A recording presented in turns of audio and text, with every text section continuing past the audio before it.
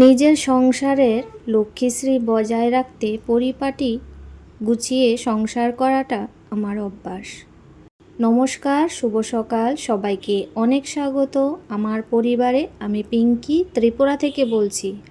আশা করছি সবাই খুব ভালো আছেন, সুস্থ আছেন। আমিও ভালো আছি, তাই আবারও চলে এলাম নতুন আরেকটি ব্লগের সাথে। আজকে বৃহস্পতিবার, এখন সকাল ওই 7:30টার মতো বাজে। এখান থেকেই ব্লগটা শুরু করলাম। বৃহস্পতিবার মানেই সকালবেলাটা অনেক কাজ থাকে, একটু ঘরদোর ভালো করে পরিষ্কার পরিচ্ছন্ন মোছামুছি করতে হয়, তো সেগুলো করে নিয়েছি। তারপর স্নান করে এখন ঠাকুর পূজা করব। তাই শাড়ি পরে এখন একটু আলতা পরে নিচ্ছি। তো প্রতিদিন তো সম্ভব হয় না আলতা পরা, তো আলতা পরতেও তো বেশ সময় লাগে। তো ওইদিকে তেল সিঁদুর পরে কিন্তু দৌড়ে চলে যাই রান্নাঘরে। তো আজকে ভাবলাম যে আলতাটা পরি, আর বৃহস্পতিবারে না আলতা পরলে বেশ ভালো লাগে।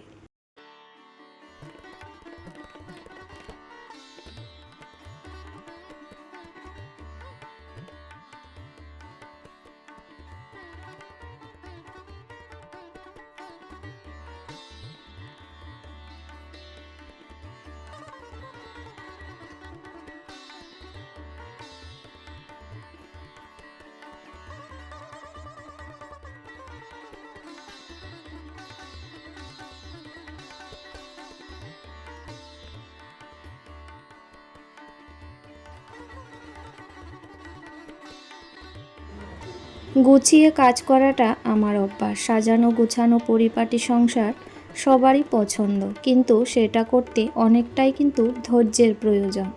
তো সেই ধৈর্য আর ভালোবাসা দিয়ে সংসারের প্রত্যেকটা কাজ গুছিয়ে করি।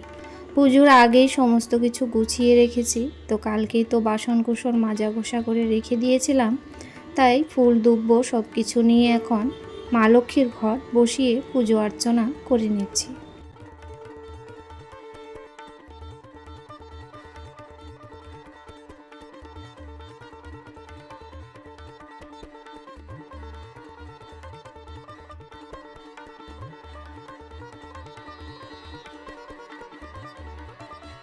বৃহস্পতিবারে একটু ধনু জ্বালালে খুব ভালো লাগে।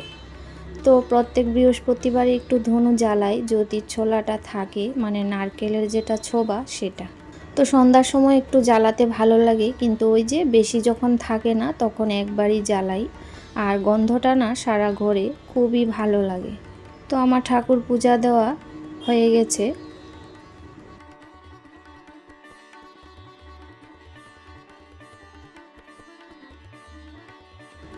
তারপর এই যে পুজোর শেষে সমস্ত বাসন ধুয়ে আবারও মানে এভাবে জল দিয়ে ধুয়ে রাখি আর কি। তারপর কিন্তু ঘরটা মুছে নিলাম। তারপরে এসে কি বানাবো সেটাই ভাবছিলাম। তো ভাবছি যে একটু খিচুড়ি বানিয়ে নিই। তো সমস্ত সবজি ডাল চাল দিয়ে একবারে কুকারে একটা সিটি দিয়ে নেব।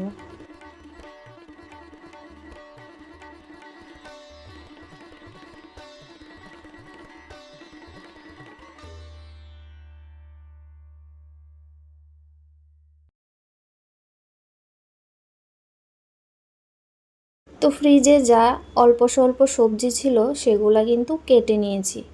তো আগেই কেটে নিয়েছিলাম। তারপরে যে ডাল চালগুলো ধুয়ে 5 ফোড়ন, একটু আদা কাঁচা লঙ্কা দিয়ে ভালো করে সবজিটাকে ভেজে নেব। ভেজে তারপর চালটা দিয়ে একটু নাড়াচাড়া করে 2টো সিটি দিয়ে নেব। 2টো দিতে হবে না, একটা দিলেই হয়ে যাবে। তারপর ওইদিকে চাও করে নিয়েছিলাম, আর এখন কিন্তু দুধটাও জাল করে নিচ্ছি।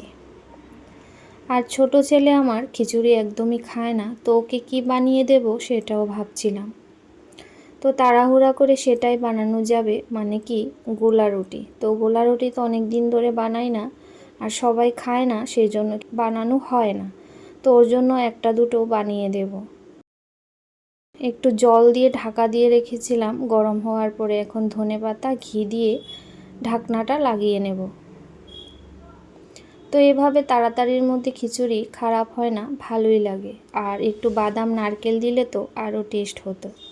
তো যাই হোক, আমি চা খাইনি। তারপরে যে সকালে একটু খালি পেটে এগুলা খেয়ে নিচ্ছিলাম। তো ওই চিনি লবণ দিয়ে একটু আটা গুলে তারপরে এই 2-4টে গোলা রুটি বানিয়ে দিচ্ছি ওকে।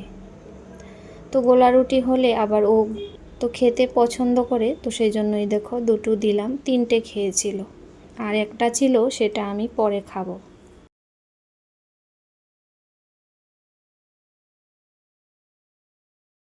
তারপর কাপড় চোপড়গুলো কেচে রেখেছিলাম, তখনই ওই বালতির মধ্যেই ছিল, আর ওই দিক করতে করতে আর কাপড় চোপড়গুলো মেলা হয়নি, তো এখন কিন্তু মেলে নিচ্ছি। সংসারের প্রতিটা কাজ ভালোবেসে আর ধৈর্য সহকারে করলে সেই কাজটা কিন্তু সুন্দর সুষ্ঠু হয়, আর সংসারে লক্ষ্মীশ্রী বজায় থাকে। ডালিয়া ফুলগুলি কতটা সুন্দর, এখন কিন্তু বেশ বড় হয়েছে।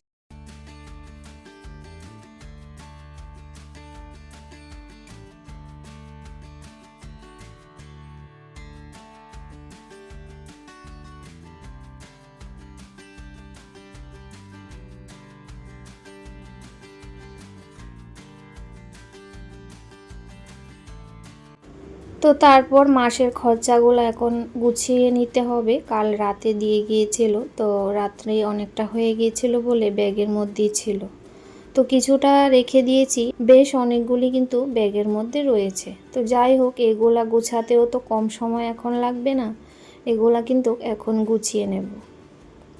কাপড় চোপড় মেলে এসে ওই একটা রুটি চা দিয়ে আমি খেয়ে নিয়েছিলাম। তারপর এখন সমস্ত মুদিখানার জিনিসপত্র গুছিয়ে রাখব।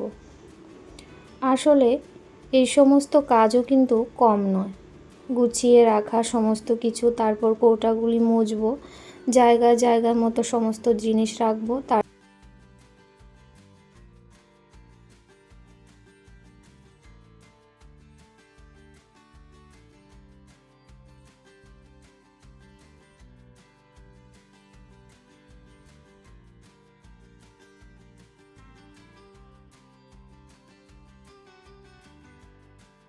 তো সবসময় কৌটা কাটা ধোয়া হয় না, কখনো খালি হয়ে থাকলে যখন যেটা খালি হয় তখন কিন্তু ধুয়ে নিই।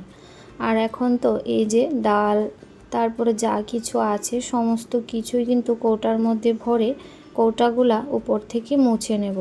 তো অনেকটাই ধুলবালু পড়েছিল, হয়তো এভাবে ক্যামেরার মধ্যে বোঝা যায় না।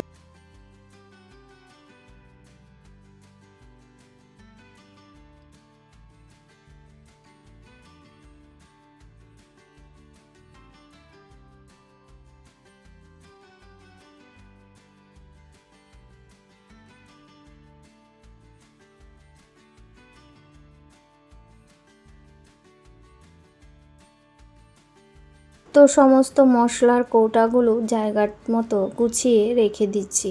এখানে যতগুলা কৌটা ছিল সবকটাই কিন্তু খুব সুন্দর করে মুছে নিয়েছি। পরিষ্কার যখন করব সবগুলাই করে নেব, আর জায়গাটাও সুন্দর করে পরিষ্কার করে নিয়েছি।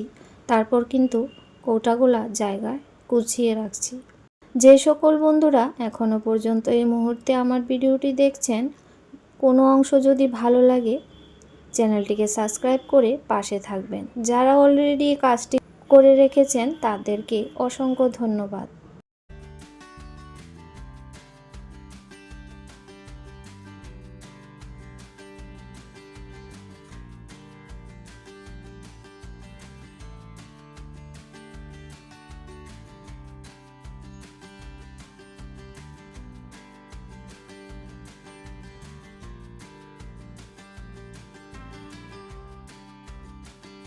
তো যেগুলা এখন লাগবে না সেগুলা কিন্তু এই বালতিটার মধ্যে ভরে নিচ্ছি, আর অনেকগুলাই কিন্তু পলিথিন হয়েছে, আর এই পলিথিনগুলা ফেলি না, একটা পলিথিনের মধ্যে সমস্তগুলা গুটিয়ে রেখে দিই।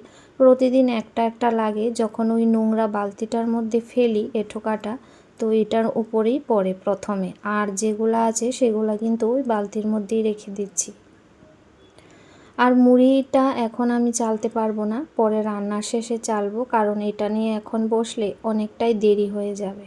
এখন কিন্তু 10টা বাজে। তারপরে এই যে খিচুড়ি সবার জন্য বেড়ে তারপরে এটা বাকিটা ছিল সেটা রেখে দিয়েছি।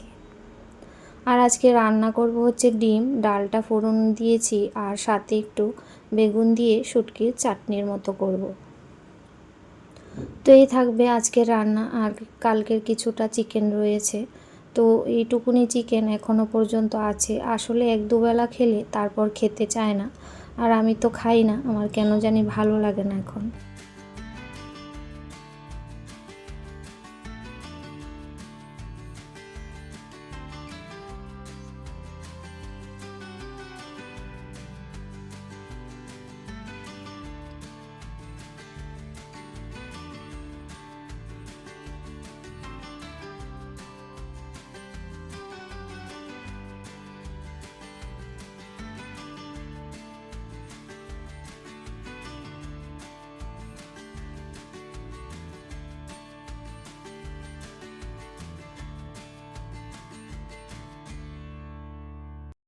তো এদিকে বেগুন দিয়ে শুটকির চাটনিটাও করে নিচ্ছি, কারণ ডিম দিয়ে বেশি একটা খেতে পছন্দ করি না।